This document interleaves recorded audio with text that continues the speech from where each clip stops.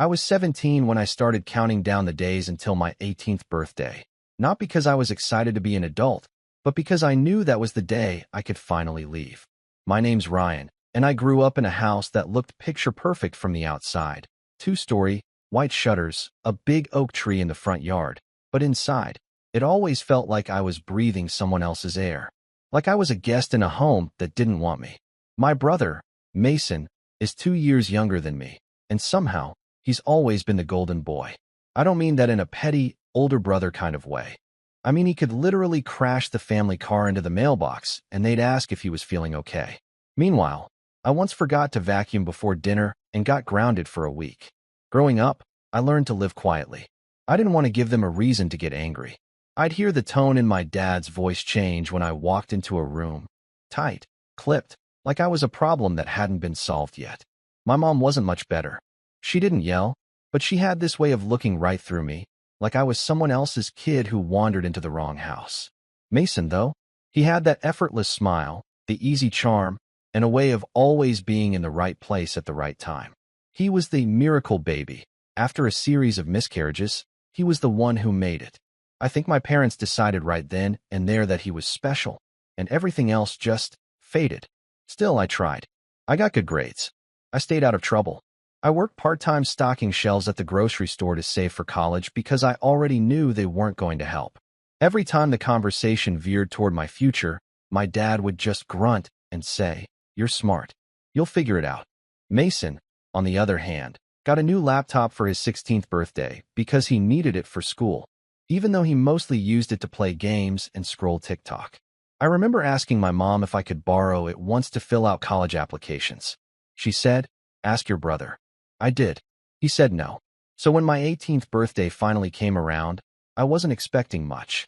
Maybe a card. A family dinner. I didn't even expect a gift. I just wanted, I don't know, a moment. Some kind of acknowledgement that I'd made it through 18 years in a house that barely tolerated me. That maybe, just maybe, they saw me. My birthday landed on a Saturday that year. I didn't have to work, so I woke up a little late and came downstairs expecting at least a happy birthday from someone. What I got instead was my dad in the kitchen, tying a bow onto a sleek black box, and Mason bouncing on his heels like a kid on Christmas morning. I stood there, half asleep, watching this little moment between them like I was intruding. My mom turned around with a big smile and said, "Perfect timing. Come on, Mason, open it." No one looked at me. No one even noticed that I hadn't spoken yet. Mason ripped into the box and let out this fake gasp, like he'd just won the lottery. Inside was a silver watch, expensive looking, with a leather band and Roman numerals. "Oh my God, Dad, this is so sick." Mason grinned, slipping it onto his wrist. "Now I don't have to borrow your old one anymore." My dad laughed and ruffled his hair. "Well, you've earned it, kid. You've been working so hard lately." Hard. The kid's biggest accomplishment that week was making it to second base with some girl in his chemistry class. I stared at them, frozen, waiting for someone to remember the actual reason the day mattered. My mom finally glanced over at me and said, "Don't look so sour, Ryan. It's not always about gifts. When you're older, you'll understand that what matters is who you become, not what you get." It hit me like a slap. She said it in that calm, condescending voice she always used when she wanted to seem wise, like I was some selfish kid who just didn't get it. I tried to nod, to play along, but my throat tightened. "I thought we were having cake," I mumbled. "Oh, we did that earlier," Mason said casually. "While you were sleeping." I blinked. "You had cake without me?" "It was just a small thing," my mom said quickly. "Nothing big." "Whose name was on it?" There was a silence, just a beat too long. Then Mason smirked and said, "Mine. I mean, it was a joint thing. But it's not your birthday." "Don't be dramatic," my dad snapped. "It's just a cake." I wanted to scream. I wanted to throw something. But instead, I laughed. It was sharp and short and didn't sound like me. I laughed because if I didn't, I was going to cry right there in front of them, and I didn't want to give them the satisfaction. Mason raised an eyebrow like I was the crazy one, and my mom gave me this look, all pity and disappointment, like I was ruining a perfectly good day. That night, I didn't even bother turning the light on when I went up to my room. I sat on my bed for a long time, just staring at the floor, trying to swallow the lump in my throat. I kept thinking, they're never going to love you the way you want them to. It doesn't matter what you do. It doesn't matter how hard you try. You're never going to be Mason. So I made a decision. I grabbed my backpack and stuffed it with a hoodie, a water bottle, a few granola bars, and the $60 I had stashed in an envelope in the back of my sock drawer. I didn't have a plan, not really. But I had my ID, a phone charger, and a bus schedule I'd secretly printed from the library weeks ago. At midnight, while the house was quiet and everyone was asleep, I slipped out the back door and didn't look back. I figured I'd stay gone for a day or two. Maybe crash at the shelter near the downtown church. Maybe try to find a part-time job or couch surf if I could find someone kind enough. I didn't know. I just knew I couldn't stay. What I didn't expect was that 2 weeks later, my phone would buzz with a number I hadn't seen in days. My dad. I let it ring the first time, and the second, but on the third try, I answered. Before I could say anything, his voice came through, choked up, barely above a whisper. "Your room's still here," he said. "Please, pick up. Just tell me where you are. Please." That's when I realized something had shifted. I just didn't know what, or why. And the part that scared me most? I wasn't sure if I wanted to go back. I didn't go back. Not that week, not the next. And not after the voicemail my dad left 2 days later, this time quieter, a little angrier. "I don't know what you think you're proving, Ryan. But this isn't how family works. You don't just vanish." That part made me laugh a little. Ironic, considering I'd spent my entire life feeling like a ghost in that house. I stayed gone. I bounced around, first at the church shelter, then at this small room-for-rent setup run by a retired mechanic named Lynn who had a soft spot for strays, both dogs and people. I paid him what I could, $1.30 a week, for a mattress in the corner of his garage that he'd walled off with plywood and a curtain. It smelled like oil and rust, but it was warm, and for the first time, I didn't have to tiptoe around someone else's rules just to exist. I found part-time work unloading trucks at a shipping warehouse and spent the rest of my hours filling out college applications at the public library, using computers that timed out every 30 minutes. I didn't tell anyone where I was. I didn't want them to find me until I had something to show for it. But eventually, they did find me. It was Mason who showed up first. I was walking out of the library one afternoon when I saw him leaning against a car that was definitely too nice for him. New model, shiny black paint, leather seats. He hadn't seen me yet. He was staring at his phone like he was bored. I froze. My instinct was to turn and bolt in the other direction, but curiosity pinned me in place. He spotted me a second later and smirked like I was late to something I didn't know I'd been invited to. "There you are," he said, slipping his phone into his jacket. "You look like crap, bro." "Thanks," I said flatly. "Seriously, though, Mom's freaking out. Dad's being weird. You made your point, okay? Come home." "I'm not coming home." He rolled his eyes. "Come on, man. You had your little tantrum. Now everyone's waiting for you to crawl back so things can go back to normal." That word, normal, hit me like a brick. "You mean where my birthday cake had your name on it?" I asked. "That kind of normal?" He shrugged like I'd just brought up the weather. "It was just a mix-up. You always take things so seriously. They didn't mean anything by it." "You're right," I said. "They never mean anything by it. That's the problem." His smile dropped. "Look, I don't know what kind of sob story you're telling yourself, but you're not the only one with problems, okay? You don't see me running away." "No," I said. "You just see the world bending to make sure you don't have to." That got to him. His jaw tightened. "Whatever. Just know that when you finally come back, don't expect a parade. They've been bending over backward trying to reach you." I nodded slowly. "Yeah? Did they tell you what they said the night I left?" He didn't answer. I didn't expect him to. "Tell them I'm doing fine," I said, turning away. "And if they're really so worried, they can stop calling my number and start thinking about why I stopped picking up." A week passed. Then 2. I started hearing less from them. No more voicemails. No more texts.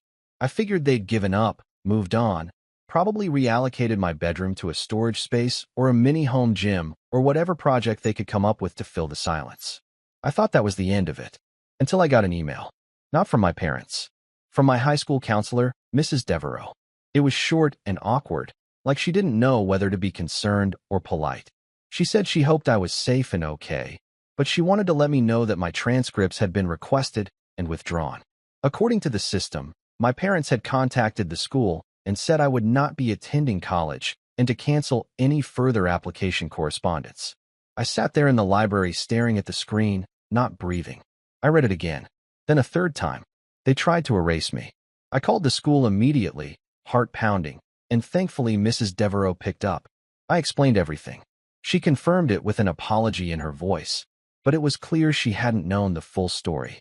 I spent the next 2 days untangling the mess, making sure my applications weren't affected.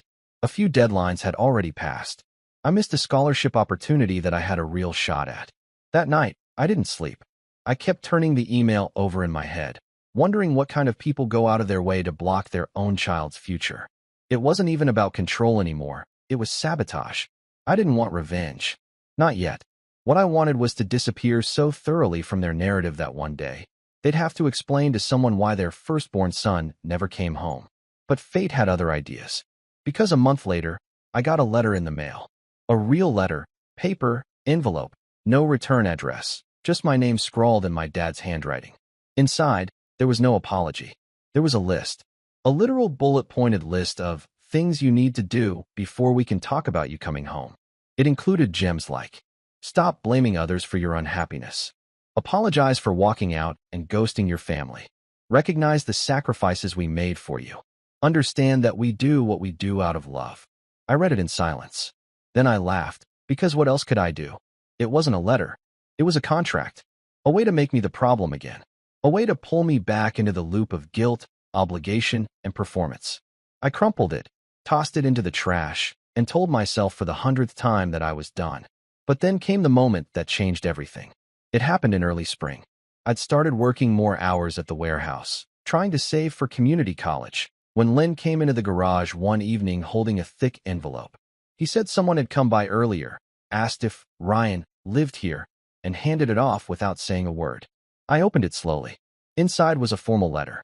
Legal. From a lawyer's office. It said I was being removed as a dependent from my parents' tax records, retroactively. That I was no longer considered part of their household. That I had until the end of the month to collect any remaining personal belongings from their property before it would be disposed of at the homeowner's discretion. There was a note attached. A sticky note. All it said was, "This is what consequences look like. Sign, Mom." That was the moment. The switch. I felt something inside me harden, settle. It wasn't anger. It wasn't even sadness. It was clarity. They weren't just trying to hurt me. They were trying to erase me. And if they wanted to play that game, they had no idea who I was about to become. For 2 days after I got the letter, I didn't speak. Len noticed. He didn't press me. Just slid an extra sandwich across the workbench during lunch and said, "Whatever it is, kid, it won't last forever. Not if you don't let it." I nodded, but I didn't believe him. Rock bottom doesn't always look like some dramatic fall. Sometimes it's just quiet. A dull ache that settles in your chest and never leaves. It's walking home after a double shift, fingers sore, boots soaked, and realizing you don't have a home, just a garage with no insulation and a curtain for privacy. It's sitting in that cold room at 3 a.m. with your hoodie pulled over your face, knowing your family has written you off like a bad investment. They weren't just done with me. They were punishing me for leaving. I didn't even have much to go back for.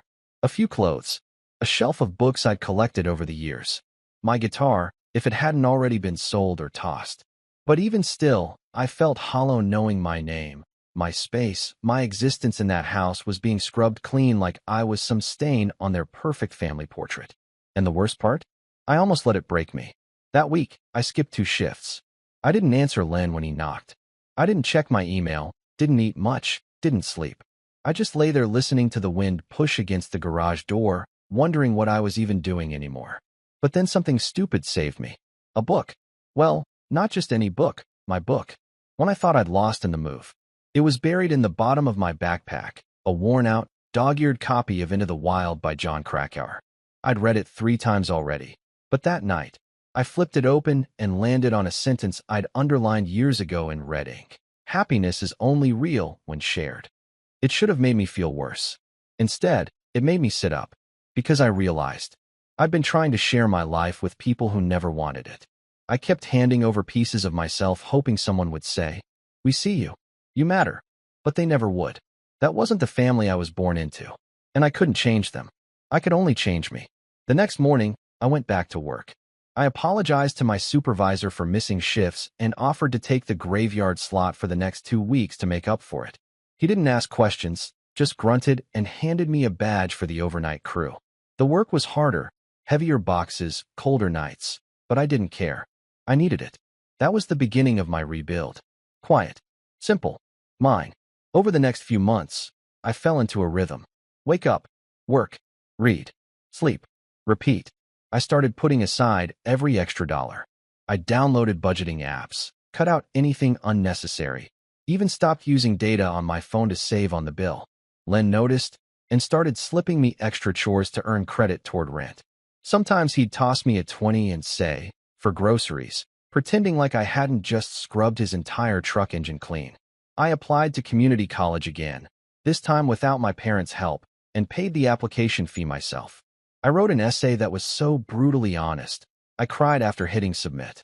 I didn't sugarcoat anything.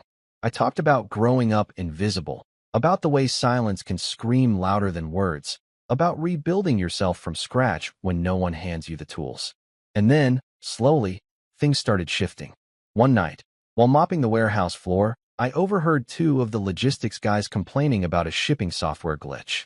I'd picked up a little coding knowledge from an online course I'd been dabbling in. Nothing serious, just a free class on Python. But I offered a solution anyway. They shrugged it off at first. But 2 days later, one of them pulled me aside and said, "Hey, that thing you mentioned? It worked." Next thing I knew, I was unofficially the guy people came to when the systems froze or the printers went haywire. I didn't get a raise or a title, but people started learning my name, started thanking me, started seeing me. It was a weird feeling. The kind of weird that makes you sit with it for a while and whisper, maybe I'm not just background noise. My first big win came in early summer. I got an email from the community college, accepted, with a scholarship, too. Not a full ride, but enough to cover tuition if I kept working part-time. I remember staring at the screen, rereading the word congratulations over and over, like it might vanish if I blinked too hard. Len let me use his kitchen that night to bake a boxed cake. It came out lopsided and slightly burned, but I didn't care. I wrote my own name on it in blue frosting. Ryan. Just that. Ryan. No shared celebration. No forgotten candle. No lecture. Just me, a beat-up garage, and the first piece of joy I'd built with my own 2 hands. I didn't call my parents. I didn't tell them. But I knew they'd find out eventually. Because people talk. Especially in our town. And sure enough, one day at the grocery store, I ran into an old neighbor, Mrs. Kavanaugh, a kind woman who used to sneak me cookies when my mom wasn't looking. She smiled wide when she saw me, said, "I heard you're going to college. Your mom must be so proud." I just nodded and said, "Yeah, must be." But I knew better. They weren't proud. They were probably pissed that I'd done it without them. And I was okay with that. Because their approval wasn't the currency I needed anymore. Later that week, I got a call from an unknown number. I let it go to voicemail. It was my mom. She didn't cry. She didn't yell. She just said, "We heard about school. Glad you're doing well.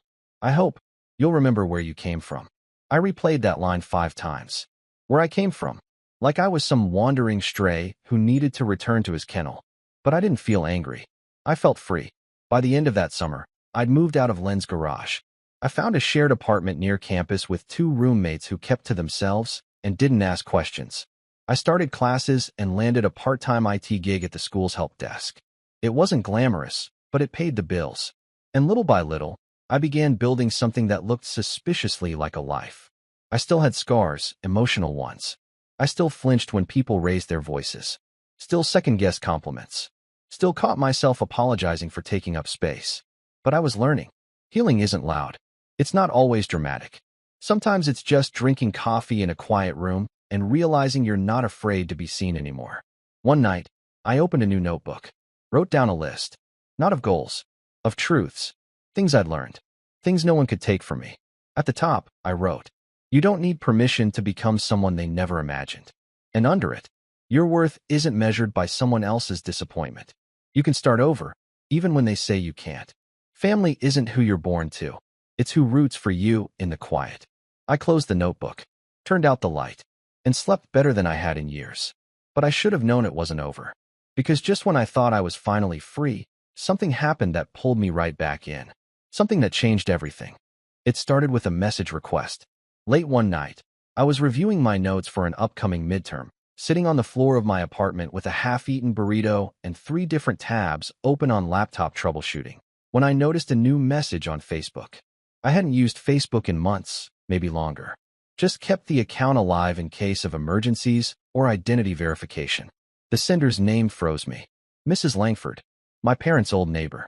The one with the garden that used to spill into our backyard. She was always kind, but distant. Friendly in the way suburban neighbors are, cordial waves, polite holiday cards, whispered gossip across fences. I hadn't spoken to her in years. The message was simple. Hey Ryan, I wasn't sure if I should say anything, but I thought you had the right to know. Your parents listed your childhood home for sale. The sign just went up this week. Hope you're doing well. I stared at the message, then reread it. The house was up for sale. Our house. For a second, I didn't feel anything. Just blankness. Then something flickered. Not quite sadness. Not anger, either. Something else. Something sharper, colder. I'd always assumed they'd sell eventually. That once Mason graduated or moved out, they'd downsize or relocate to some gated community where the HOA newsletter came with a warning label. But the fact that it was now, after everything, after cutting me off, after pretending I never existed, something about the timing didn't sit right. So I did what any reasonably curious person would do. I opened Zillow.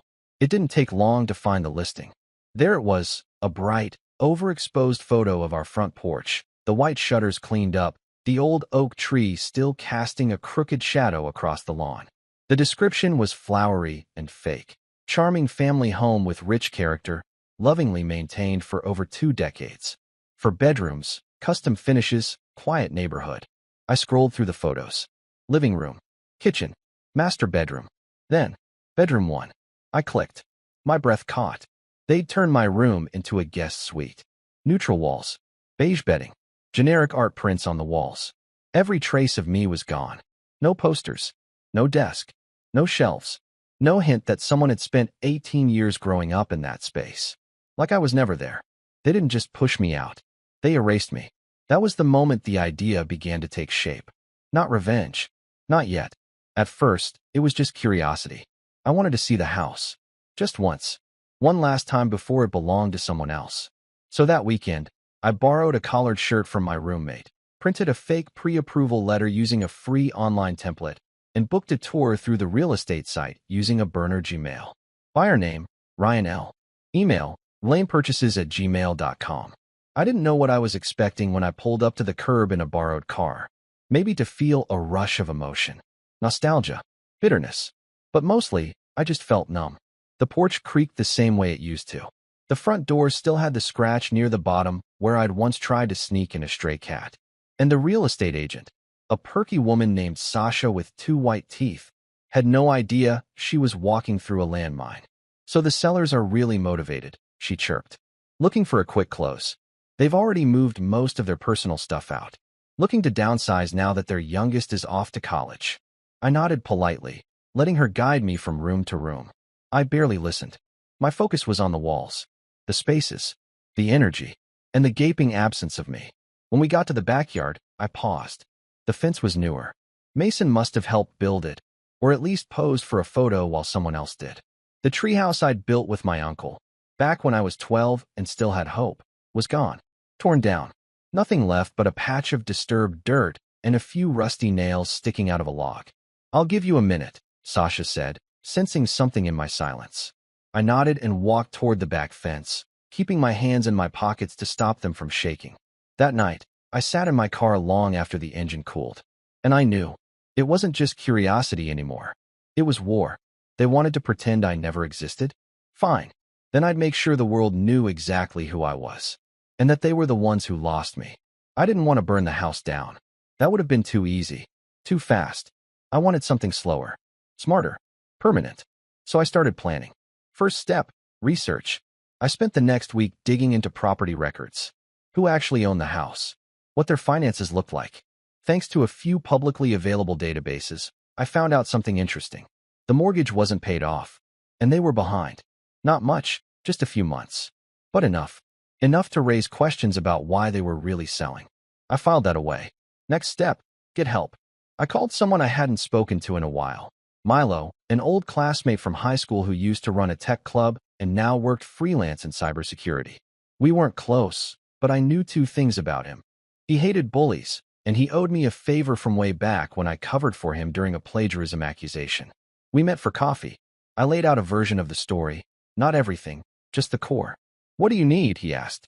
"I need access to the real estate documents. Maybe seller disclosures. Any correspondence I can find. I want to know what they're hiding." Milo cracked his knuckles. "Give me 48 hours. He came through in 36. Turns out, my parents had listed the house without disclosing a major plumbing issue that had started in the basement, something that could cost thousands to fix. The documents were forged. Not just misleading, illegal. I saved every file. Printed copies. Uploaded backups to encrypted cloud storage. The evidence was there, but I didn't want to blow it all at once. I wanted to time it. Precision mattered. Meanwhile, I reached out to the college admin office and confirmed something I'd been quietly working on for months. I was eligible to transfer into a full scholarship program thanks to my GPA and work-study contributions. They wanted me to speak at the fall orientation as a first-generation student. That's when the idea hit me. What if I invited them? Not directly, of course, but what if they saw me, standing on a stage, holding a scholarship certificate, announced to an audience as someone they'd given up on? And what if, right around that same time, the buyers for their house backed out, and someone reported their fraudulent documents? What if everything they'd built their image on started to crack? Not because I screamed, but because I succeeded, because I smiled, because I made it without them, and then made it clear they were never part of the journey. That was the setup, and I wasn't done yet. I had one more card to play. A name. Mason. He was still their golden boy, still their pride and joy, but I knew things about him, things even they didn't. Old screenshots. Messages he sent from the school-issued iPad when he was 17, joking about borrowing money from my dad's wallet and blaming the maid. Comments about blowing off community service hours and having his friends sign attendance forms. Minor stuff, until you packaged it together and handed it to a college admissions committee. I hadn't used any of it. Not yet. But I would. Only if they pushed. Because I didn't need to destroy their lives. I just needed them to watch me build mine. Brick by brick. Speech by speech. Without them. And then, when the moment was perfect, I'd drop the match. Quiet. Controlled. Undeniable. And walk away. Not bitter. Not broken. Just free. I didn't want the ending to be loud. Not a scene. Not a tantrum. I wanted it to feel quiet, measured. Like placing the final stone on a grave. And that's exactly how it played out. The house sale was the first domino to fall. I timed everything carefully. Waited until the buyers had gone through inspection, financing, all the drawn-out steps. Waited until they were emotionally and financially invested. Then I sent them a little anonymous package, courtesy of a third-party forwarding service that guaranteed no return address. Inside was a flash drive. On it, photos of the basement flooding from the old sump pump issue, screenshots of the forged disclosure document, and a typed letter that read, "This house has a secret. The sellers didn't fix it, they covered it up. If you sign that contract, the problem becomes yours. Think twice. Ask the agent about the sump pump and see what happens." The fallout was immediate. 3 days later, the house disappeared from Zillow. The buyers backed out. The listing went dark. And my parents, who were already behind on their mortgage, were now staring down foreclosure if they couldn't find a new buyer in time. Except this time, they couldn't fudge the paperwork. The plumbing issue was flagged. Legally, publicly, any new buyer would demand repair credits they couldn't afford to give. I didn't even have to lift a finger after that. I just watched. Meanwhile, I said yes to the orientation speech. The school had arranged for a local news crew to film parts of it for a segment on community success stories. I didn't expect it to be a big deal, just a 5-minute slot on a sleepy Sunday news hour. But what I didn't expect, the article. A few days after the orientation, someone from the city college board reached out and asked if they could feature my story on their website. I said sure, figuring it'd be a blurb. Instead, they ran a full profile, headshot, interview, the whole 9 yards. From disowned to Dean's List, Ryan Lane's journey from abandonment to academic triumph. It was dramatic. A little too dramatic, honestly. But it was real. And it spread. People shared it. Old classmates saw it. Teachers. Neighbors. Eventually, so did my parents. I found out through a secondhand Facebook comment someone screenshotted and texted to me. This article is full of exaggerations. Some kids just don't appreciate how much their family sacrifices for them. It was my mother's comment. Passive-aggressive, anonymous enough to seem subtle, but clearly hers. She was spiraling, and I wasn't done yet. Because Mason, the golden boy, had just started applying to transfer universities. And I still had those screenshots. I didn't want to destroy his future, but I wanted a warning shot. So I sent a short, anonymous email to the admissions office of the school he was gunning for. Just a few select lines about falsified community service records, a suspicious paper trail of attendance forms, and a history of academic oversights. I attached 3 old screenshots of him joking about it. I signed it. For the integrity of your academic program. Whether they acted on it or not didn't matter. What mattered was that Mason would know someone new, and he'd never feel untouchable again. Now, here's the part one didn't expect. They came to me. Not together. Separately. First it was my dad. He showed up at the campus help desk one Tuesday morning. Eyes bloodshot, tie loose, face haggard. "Ryan," he said, "we need to talk." I stared at him. Calm. Steady. "You mean now that the house is unsellable and Mason's applications are falling apart?" I said, keeping my voice quiet. He blinked, like he wasn't expecting me to admit it. "We didn't know it had gotten this bad," he said. "You've made your point, okay? We get it." "No," I said. "You don't. And that's why it got this far." He tried again. "We can fix it. Maybe come home. Let's talk this through." I smiled, small and cold. "There is no home," I said. "You burned that bridge and sold the ashes." Then I turned around and walked away. He didn't follow. 2 weeks later, I got a letter from my mom. No envelope. Just a piece of paper slipped under the apartment door in the middle of the night. "Ryan, we made mistakes. I see that now. But you're being cruel. Punishing us like this doesn't make you better than us. Please, this is your family." "Mom." I didn't respond. Instead, I did something else. I sent her a photo. A simple one. Me, standing in front of the college banner, holding my scholarship award, smiling. On the back, I wrote, "This is what consequences look like." And that was the last message I ever sent them. Since then, the house was foreclosed on. Mason transferred, but not to the school he wanted. And my parents moved into a rental house 2 counties over, smaller, older, with a lawn they don't post pictures of. As for me, I'm thriving. Graduated with honors. Started working with a nonprofit that helps first-gen students navigate college without family support. I mentor kids who feel invisible, just like I did. I have a new apartment, a dog, a full fridge, friends who choose me. And not once, have I needed to look back. My revenge wasn't loud. It didn't come with slamming doors or screaming matches. It came with quiet wins, with unstoppable progress, with the kind of success you build brick by brick while they're busy watching for a collapse. And the best part? They'll spend the rest of their lives pretending they didn't lose a son, while I spend the rest of mine never needing them again. I wasn't the disappointment in that house. I was the escape artist they never saw coming.